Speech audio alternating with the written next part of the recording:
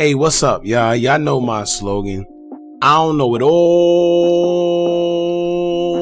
but I know what I've been through. Now, before we get into this video, please make sure you head on down to Instagram and follow us on our official Instagram page at Hookah Anonymous _. Alright, we're able to be a little more explicit, a little more uncensored, and share content freely without running the risk of having our channel terminated. So, once again, make sure you head on down to Instagram and follow us on our official Instagram page at Hookah Anonymous _. Alright, now let's get into what you guys came here to see. Now, just the other day we covered the story of Jeremy Brown and Carlishia Hood, where Jeremy would lose his life after getting into an argument with Carlishia in a food restaurant while waiting in line.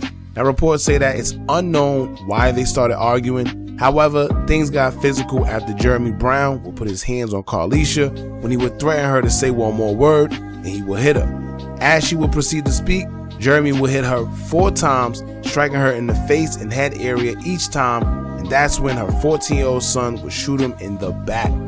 As Jeremy would try to run away, the son would chase him down and shoot him some more, as he was instructed by his mother, Carlishia, to do so. Now, Jeremy later died from his injuries, and Carlishia and her son would turn themselves in, and the 14-year-old boy would be charged with the murder. Carlishia was charged with the delinquency of a minor and held on $3 million bond.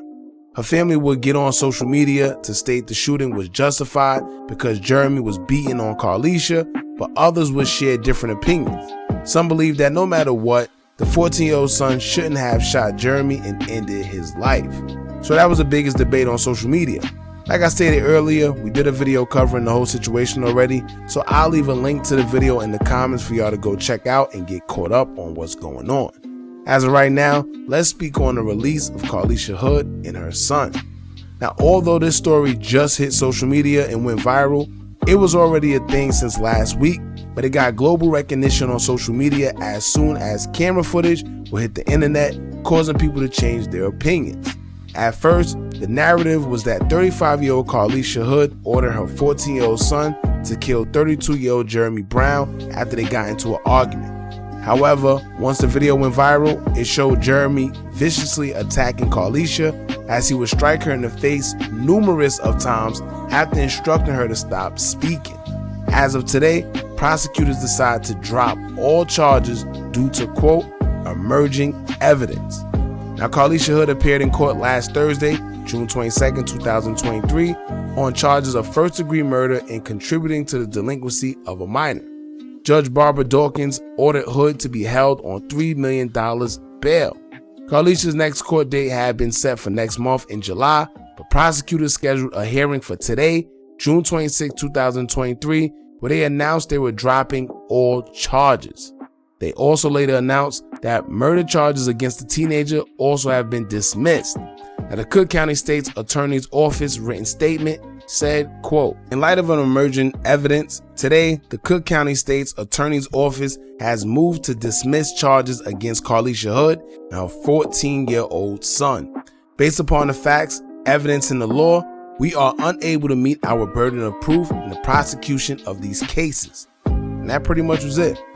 Alright, now I think I know why suddenly they don't have any burden of proof, because although they didn't specify what the emerging evidence was, it's no coincidence that once the video came out, suddenly all the charges are dropped.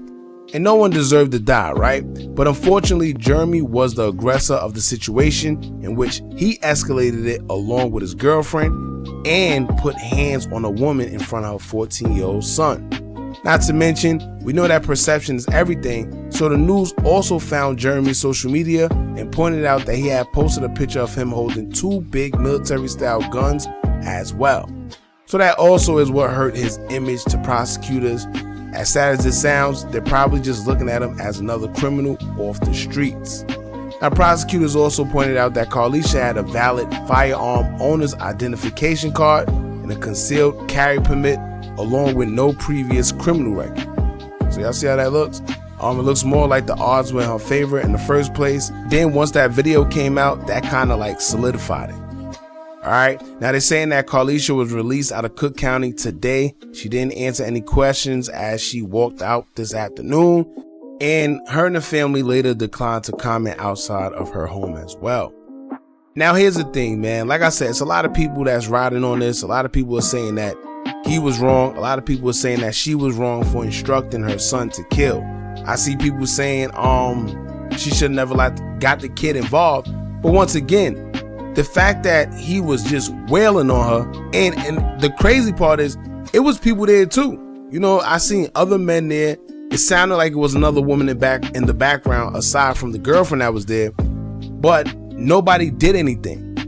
You know, so he said word to his grandmother that he was going to knock this woman out.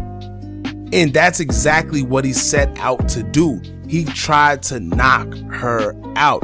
That first punch wasn't no punch like you hitting a woman, or first of all, you're not supposed to be hitting a woman, period. But what I'm trying to say is he really tried to stand on his word and knock this woman out.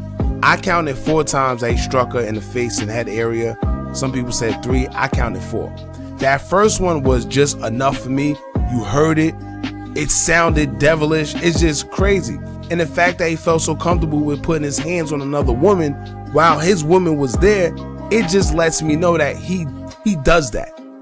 You know, it's not foreign to him. That's what he does. And the fact that his woman was the same one right there saying, see, he told you. He told you. She's okay with her man putting his hands on another woman in her face, and she did nothing to stop it. Nobody did anything to de-escalate the situation. And just think about it. Let me tell you how crazy this world is. I've seen somebody say on Twitter, she should have just been quiet or she should have just walked away. What? How crazy does that sound? Another man you don't even know, you a grown woman. First of all, she's older than him. She's 35, he's 32. He's saying, say one more word and I'm gonna do X, Y, and Z. Of course, anybody in their right mind is not going to stop doing what they're doing, because guess what? Who are you? Who are you to tell me not to speak and you can speak? You know? So he did what he did and he got what he got. And to be honest with you, nobody wins. At the end of the day, you know, we got another young black brother that lost his life over senselessness. I'm pretty sure when he went to that place that day, he didn't think that his life was going to be over. You know, but she also didn't think that she was going to get punched in her face about 3 or 4 times neither. So I'm not saying which one is right, which one is wrong. It is what it is. She had her carry permits. She had everything. So it probably would have been hard to even charge her. You know, with a video like that. Let's say she took it to trial.